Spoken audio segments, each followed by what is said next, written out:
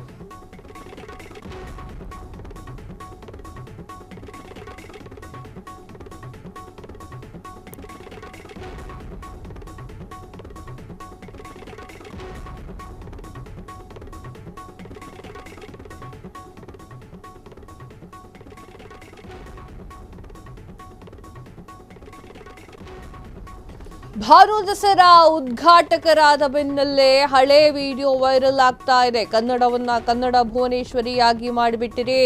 ಕೆಂಪು ಮತ್ತು ಹಳದಿ ಅರಿಶಿನ ಕುಂಕುಮದ ಬಾವುಟ ಹಾಕಿದ್ದೀರಿ. ಅರಿಶಿನ ಕುಂಕುಮದ ಲೇಪಿಸಿ ಭುವನೇಶ್ವರಿಯಾಗಿ ಕೂರಿಸಿ ಬಿಟ್ಟಿರಿ. ನಾವೆಲ್ಲಿ ನಿಲ್ಲಬೇಕು, ನಾನೇನನ್ನ ನೋಡ್ಲಿ? ಭಾನು ಮುಷ್ಕಾರ್ ಅವರ ಈ ಒಂದು ಹಳೆಯ ವಿಡಿಯೋ ಈಗ ವೈರಲ್ ಆಗ್ತಾ ಇದೆ. 2023ರ ಜನಸಾಹಿತ್ಯ ಸಮ್ಮೇಳನದಲ್ಲಿ ಮಾತನಾಡಿದಂತಹ ಭಾನು ಈ ಒಂದು ವಿಡಿಯೋ ಹಂಚಿಕೊಂಡಿರುವಂತಹ ಪ್ರತಾಪ್ ಸಿಂಹ ಆಕ್ರೋಶ ಹೊರಹಾಕಿದ್ದಾರೆ. ಕನ್ನಡವನ್ನ ಭುವನೇಶ್ವರಿಯಾಗಿ ಒಪ್ಪದಂತಹ ಭಾನು ಅಂತ ಹೇಳಿ ತಾಯಿ ಚಾಮುಂಡೇಶ್ವರಿಯನ್ನ ನಾಡದೇವಿಯಾಗಿ ಒಪ್ಪಿ ಪುಷ್ಪಾರ್ಚನೆಯನ್ನ ಮಾಡಿದ್ದಾರೆ. ಹೀಗೆಂದು ಪ್ರಶ್ನೆ ಮಾಡಿದಂತಹ ಮಾಜಿ ಸಂಸದ ಪ್ರತಾಪ್ ಸಿಂಹ ಅವರು ಆಡಿಯೋ ಏನಿದೆ ಅಂತ ನೋಡ್ಕೊಂಬನ್ನಿ. ಬಿಳಿಮೆಲೆ ಸರ್ ಅವರು ಕನ್ನಡ ಭಾಷೆ, ಸಾಹಿತ್ಯ, ಸಂಸ್ಕೃತಿಯ ಬಗ್ಗೆ ಮಾತಾಡಿದರು. ಕನ್ನಡ ಭಾಷೆಯ ಬಗ್ಗೆ ಒಬ್ಬ ಅಲ್ಪಸಂಖ್ಯಾತ ಮಹಿಳೆಯಾಗಿ ನನ್ನ ಗ್ರಹಿಕೆ ಏನು ಅನ್ನೋದನ್ನು ನಿಮ್ಮ ಎದುರಿಗೆ ಇಡ್ತೀನಿ. ನಿಮ್ಗೆ ಇಷ್ಟ ಆಗತ್ತೋ ಕಷ್ಟ ಆಗತ್ತೋ ನನಗೆ ಗೊತ್ತಿಲ್ಲ. ಕನ್ನಡವನ್ನು ಭಾಷೆಯಾಗಿ ಬೆಳೀಲಿಕ್ಕೆ, ಕನ್ನಡವನ್ನು ಭಾಷೆಯಾಗಿ ಭಾನು ಮುಷ್ತಾಕ್ ಮಾತಾಡಲಿಕ್ಕೆ, ಆಕೆಯ ಮನೆಯವರು ಮಾತಾಡಲಿಕ್ಕೆ ನೀವು ಅವಕಾಶನೇ ಕೊಡಲಿಲ್ಲ. ಕನ್ನಡ ಭುವನೇಶ್ವರಿಯಾಗಿ ಮಾಡಿಬಿಟ್ರಿ. ಕೆಂಪು ಮತ್ತು ಹಳದಿ ಅರಿಶಿನ ಕುಂಕುಮದ ಬಾವುಟವನ್ನ ಹಾಕಿ, ಅರಿಶಿನ ಕುಂಕುಮದಲ್ಲಿ ಆಕೆಯನ್ನ ಲೇಪಿತಳನ್ನಾಗಿ ಮಾಡ್ಬಿಟ್ಟು ಆಕೆಯನ್ನ ಕರ್ಕೊಂಡು ಹೋಗಿ ಮಂದಾಸನದ ಮೇಲೆ ಕೂರಿಸ್ಬಿಟ್ರಿ. ನಾನು ಎಲ್ಲಿ ನಿಲ್ಲಬೇಕು? ನಾನು ಏನನ್ನ ನೋಡಬೇಕು? ನಾನು ಹೇಗೆ ಇನ್ವಾಲ್ವ್ ಆಗಬೇಕು? ನನ್ನ ಹೊರಗಟ್ಟುವಿಕೆ ಇವತ್ತಿಂದ ಅಲ್ಲ, ಯಾವತ್ತಿನಿಂದಲೋ ಆರಂಭ ಆಯಿತು, ಇವತ್ತು ಪೂರ್ಣಗೊಳ್ತಾ ಇದೆ ಅಷ್ಟೇ. ಈ ವಿಷಯಕ್ಕೆ ದಯಮಾಡಿ ನೀವುಗಳು ಆಲೋಚನೆ ಮಾಡಿ. ಯಾಕೆಂದ್ರೆ ಯತ್ರ ನಾರ್ಯಸ್ತು ಪೂಜ್ಯಂತೆ ರಮಂತೆ ತತ್ರ ದೇವತಾಃ. ಮಹಿಳೆಯನ್ನ ಮಂದಾಸನದ ಮೇಲೆ ಕೂರಿಸಿದ ತಕ್ಷಣ ದೇವತೆಗಳು ಸಂತುಷ್ಟರಾಗ್ತಾರೆ. ಇಲ್ಲೂ ಕೂಡ ಕನ್ನಡಮ್ಮನ್ನ ದೇವಸ್ಥಾನದಲ್ಲಿ ಕೂರಿಸಿ ಮಂದಾಸನದ ಮೇಲೆ ಕೂರಿಸಿ ಮಹಿಳೆಯನ್ನ ಹೇಗೆ ತುಳಿತಾ ಇದ್ದೀರೋ, ದೌರ್ಜನ್ಯ ಮಾಡ್ತಾ ಇದ್ದೀರೋ, ಹಿಂಸೆ ಮಾಡ್ತಾ ಇದ್ದೀರೋ, ಈ ಥರ ಕನ್ನಡ ಭಾಷೆ ಮೇಲೆ ಕೂಡ ನೀವುಗಳು ದೌರ್ಜನ್ಯ ಮಾಡ್ತಾ ಇದ್ದೀರಿ. You are answerable to me. ನನಗೆ ಉತ್ತರ ಕೊಡಬೇಕಾದಂಥ ಒಂದು ಗೋಡೆಗೆ ಒತ್ತರಿಸ್ತಾ ಇದ್ದೀನಿ ನಾನು. ನಿಮಗೆ ಉತ್ತರ ಕೊಡಿ. ನನಗೆ ಕನ್ನಡವನ್ನ ಭುವನೇಶ್ವರಿಯನ್ನಾಗಿ ಮಾಡಿ, ಕನ್ನಡದ ರಥವನ್ನು ಎಳೆದು, ಕನ್ನಡದ ಜಾತ್ರೆಯನ್ನು ಮಾಡಿ, ಕನ್ನಡದ ಪರಿಷೆಯನ್ನು ಮಾಡಿ ಏನ್ ಮಾಡಿದ್ರಿ?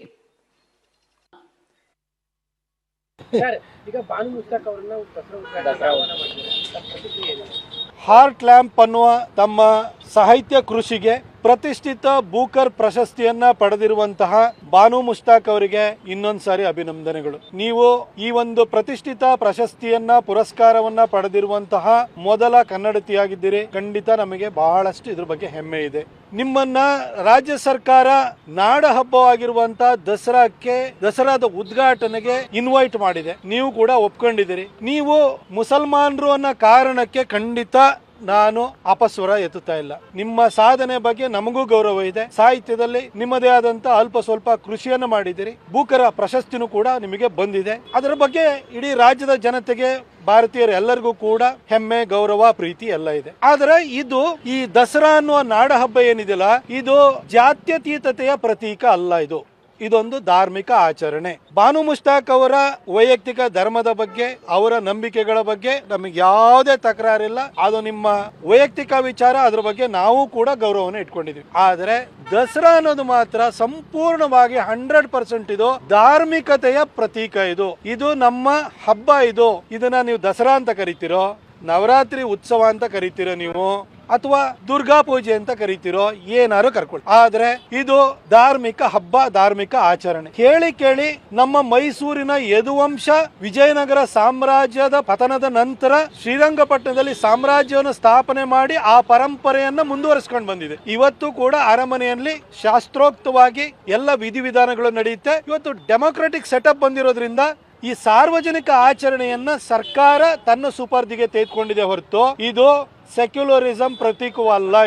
ಇದು ಧಾರ್ಮಿಕ ಆಚರಣೆ. ತಾಯಿ ಚಾಮುಂಡಿ ಬೆಟ್ಟಕ್ಕೆ ಹೋಗಿ ಅಲ್ಲಿ ಪುಷ್ಪಾರ್ಚನೆಯನ್ನು ಮಾಡಿ, ಅಲ್ಲಿ ಪೂಜೆಯನ್ನ ಮಾಡಿ, ಆರತಿಯನ್ನ ಮಾಡಿ ವಿದ್ಯುಕ್ತವಾಗಿ ದಸರಾ ಆಚರಣೆ ಪ್ರಾರಂಭವಾಗುತ್ತೆ. ಬಾನು ಮುಷ್ತಾಕ್ ಅವರಿಗೆ ತಾಯಿ ಚಾಮುಂಡಿ ಮೇಲೆ ನಂಬಿಕೆ ಇದೆಯಾ? ನಮ್ಮ ಆಚರಣೆಗಳನ್ನು ಅವರು ಪಾಲಿಸ್ತಾ ಬಂದಿದ್ದಾರಾ?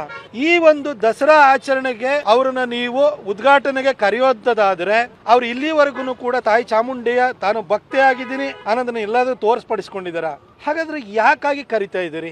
ಇದು ಮೈಸೂರು ಮಹಾರಾಜರು ಪ್ರಾರಂಭ ಮಾಡಿರುವಂತಹ ಅಥವಾ ವಿಜಯನಗರ ಸಾಮ್ರಾಜ್ಯದ ಪತನದ ನಂತರ ಮುಂದುವರಿಸಿಕೊಂಡು ಬಂದಿರುವಂತಹ ಒಂದು ಆಚರಣೆ ಆಗಿದೆ. ಅಧಿದೇವತೆ ತಾಯಿ ಚಾಮುಂಡೇಶ್ವರಿ. ಈ ಭಕ್ತಿ ಭಾವದಿಂದ ಮಾಡುವಂತ ಆಚರಣೆ ಇದೇನು ಹೋಗ್ಬಿಟ್ಟು ಸರ್ಕಾರಿ ಕಾರ್ಯಕ್ರಮಗಳು ಅಥವಾ ಪೊಲಿಟಿಕ್ಸ್. ಎಸ್ ವೀಕ್ಷಕರೇ, ತಾಯಿ ಚಾಮುಂಡೇಶ್ವರಿಯ ಬಗ್ಗೆ ಮಾತನಾಡಿದಂತಹ ಭಾನುಗೆ ಸರಿಯಾಗಿ ರಿಟರ್ನ್ ಆಗಿ ಕೊಟ್ಟಿರುವಂತಹ ಪ್ರತಾಪ್ ಸಿಂಹ ಅವರು, ಅಲ್ಲ ನನಗೂ ಅದು ಅರ್ಥ ಆಗ್ತಾ ಇಲ್ಲ. ತಾಯಿ ಚಾಮುಂಡೇಶ್ವರಿ ಸೆಕೆಂಡರಿ, ಅದರ ಬಗ್ಗೆ ಆಮೇಲೆ ಮಾತಾಡ್ತೀನಿ. ಆದರೆ ನಮ್ಮ ಭುವನೇಶ್ವರಿಯ ಬಗ್ಗೆ ಮಾತನಾಡಬೇಕಾದ್ರೆ ಸ್ವಲ್ಪ ನೋಡಿಕೊಳ್ಬೇಕು ಮೇಡಮ್. ಯಾಕಂತಂದರೆ ಭುವನೇಶ್ವರಿ ಆ ಒಂದು ದೇವಾಲಯವನ್ನು ಕಟ್ಟಿದವ್ರು ಯಾರು, ಎಲ್ಲಿಂದ ಶುರುವಾಯಿತು, ಆಕೆಯ ಹೆಸರು, ನಮ್ಮ ನಾಡದೇವಿ ಅಂತ ನಾವು ಉತ್ಸವ ಮಾಡಲಿಕ್ಕೆ ಕಾರಣ ಏನು ಅನ್ನೋದ್ರ ಬಗ್ಗೆ ನೀವು ಸಾಹಿತಿಗಳಾಗಿರ್ತೀರಾ. ನಿಮಗೆ ಬೂಕರ್ ಪ್ರಶಸ್ತಿ ಬೇರೆ ಬಂದಿರುತ್ತೆ. ನಿಮ್ಮಷ್ಟು ದೊಡ್ಡೋಳು ನಾನು ಅಲ್ಲದೆ ಹೋದರೂ ಕೂಡ ಒಂದು ಭಾಷೆಯ ವಿಚಾರವಾಗಿ ನೀವು ಮಾತನಾಡಿದ್ದು ಹಗುರತನ ಇದೆಯಲ್ಲ, ಆ ಹಗುರತನವನ್ನು ಎಂದೂ ಕೂಡ ನಮ್ಮ ಕನ್ನಡ ನಾಡಿನ ಜನರು ಕ್ಷಮಿಸೋದಿಲ್ಲ. ಕ್ಷಣ ಕ್ಷಣದ ಸುದ್ದಿಗಳಿಗಾಗಿ ಫ್ರೀಡಂ ಟಿವಿ ಸಬ್ಸ್ಕ್ರೈಬ್ ಮಾಡಿ, ಲೈಕ್ ಮಾಡಿ ಹಾಗೂ ಫಾಲೋ ಮಾಡಿ. ಹೊಸ ಸುದ್ದಿಗಳ ನೋಟಿಫಿಕೇಶನ್ಗಾಗಿ ಬೆಲ್ ಐಕಾನ್ ಮೇಲೆ ಕ್ಲಿಕ್ ಮಾಡಿ.